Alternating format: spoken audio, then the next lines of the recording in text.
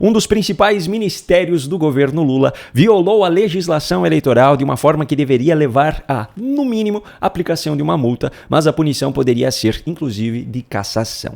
No vídeo de hoje eu vou explicar para você o que foi essa violação, vou falar também sobre os detalhes do churrasco anticonstitucional de Lula com ministros, mas o primeiro assunto será a nova atitude autoritária vindo de dentro do Supremo em relação à suspensão da rede social X.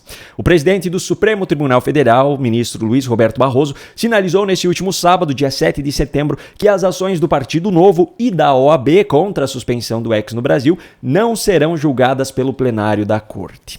Segundo Barroso, abro aspas, a suspensão do X já foi deliberada pela primeira Câmara. A competência é da primeira Câmara. A competência é regimental. Fecho aspas. Ele se refere à primeira turma do Supremo, que é composta por Alexandre de Moraes, Cristiano Zanin, Flávio Dino, Carmen Lúcia e Luiz Fux. Recapitulando rapidamente o caso, Moraes decidiu monocraticamente, na sexta-feira da semana retrasada, suspender a rede social X no Brasil. Nos bastidores do Supremo, segundo a imprensa, os próprios ministros já começavam a demonstrar desconforto com o fato da decisão ter sido monocrática. O que Moraes fez então? Levou na segunda-feira essa questão para ser votada em sessão virtual na primeira turma, onde o resultado já era óbvio pela sua própria composição.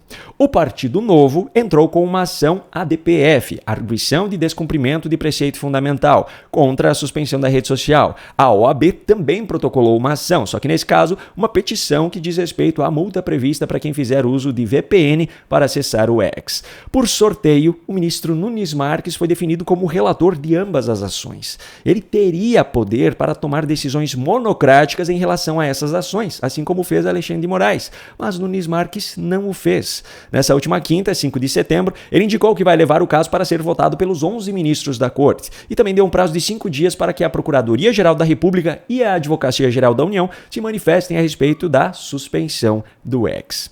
Ou seja, Alexandre de Moraes decidiu monocraticamente suspender o X e depois, em função da repercussão do caso, validou essa suspensão em uma votação controlada em sessão virtual da primeira turma.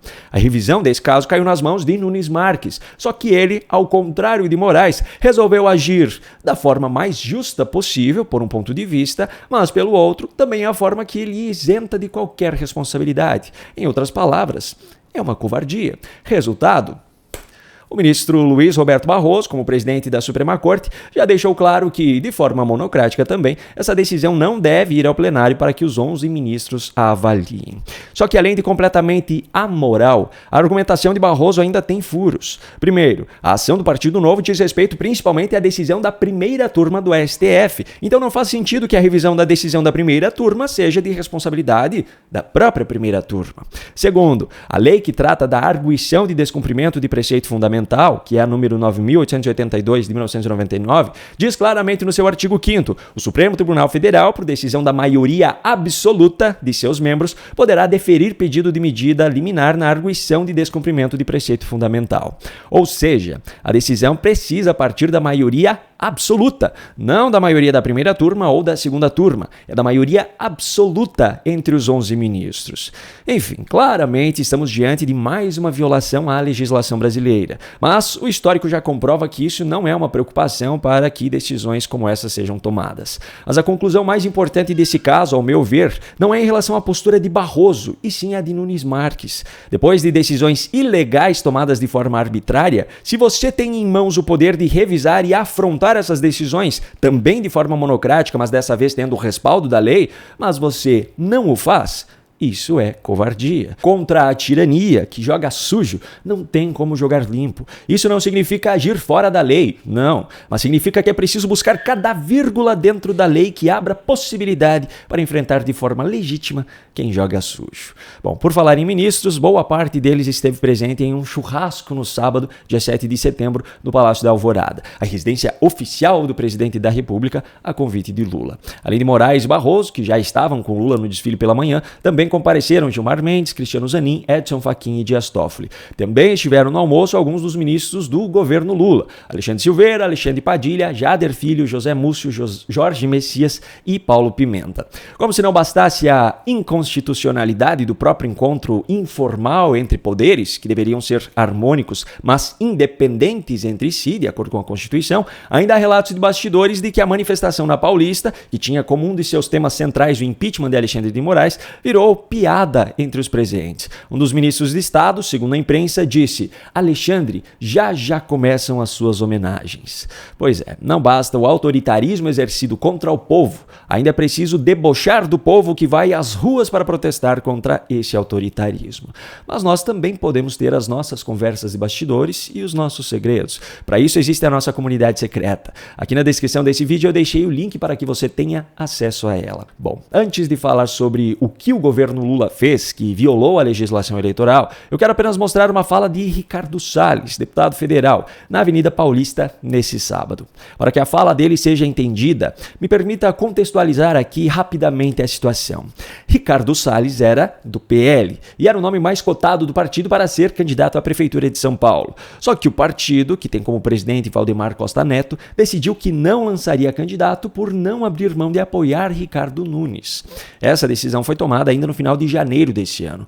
Meses mais tarde, já na metade do ano, Ricardo Salles deixou o PL e foi para o Partido Novo. Com essa história contextualizada, agora vamos à fala dele. Ricardo, o candidato Marçal tem feito uma série de deferências ao senhor, tem citado o senhor como ele se decidiu se candidatar por não ter uma opção melhor, porque o senhor não ia se candidatar. Como é que o senhor vê essa situação? Ex-presidente Bolsonaro apoiando o Ricardo Nunes. Veja só, a candidatura do Marçal joga por terra a tese do Valdemar e de outros que diziam que a direita na cidade de São Paulo não ganha. Ao contrário, a direita bem defendida, os princípios bem colocados, ganha sim, e é preciso ter clareza nesses princípios, nas posições que a gente defende. Essa Avenida Paulista hoje, de verde e amarelo, comprova o que a gente está dizendo, que a direita tem muita força. É isso aí, pessoal. Pois é. E você? Concorda com o que disse Ricardo Salles? Concorda com a culpa que ele atribuiu a Valdemar Costa Neto? Bom, agora sim vamos ao assunto que eu prometi lá no início do vídeo. Um dos ministérios mais importantes do governo Lula cometeu uma violação à legislação eleitoral brasileira e a punição para isso deveria ser, no mínimo, uma multa, mas poderia chegar até uma cassação do registro ou do diploma do candidato beneficiado. Vamos lá. O Ministério dos Transportes, que é comandado por Renan Filho, o filho do senador Renan Calheiros, produziu e veiculou uma propaganda do próprio ministério, só que nos segundos finais dessa propaganda tem uma cena específica que precisamos dar atenção. O Ministério dos Transportes, pelo comprometimento com a BR-116, foi pra isso que eu fiz o L.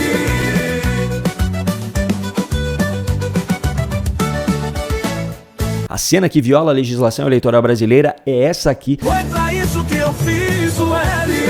E eu vou explicar o porquê. O artigo 73 da Lei 9504 de 97, que estabelece as normas para as eleições, diz o seguinte: são proibidas aos agentes públicos, servidores ou não, as seguintes condutas tendentes a afetar a igualdade de oportunidades entre candidatos nos pleitos eleitorais. Inciso 2º, usar materiais ou serviços custeados pelos governos ou casas legislativas que excedam as prerrogativas consignadas nos regimentos e normas dos órgãos que integram. Traduzindo, não é permitido que o dinheiro do governo seja utilizado para promover um candidato ou partido, e foi justamente isso que essa propaganda fez. Nós estamos falando de uma propaganda oficial, produzida com verba do governo federal, publicada depois do início do período eleitoral, que promove Lula e o PT.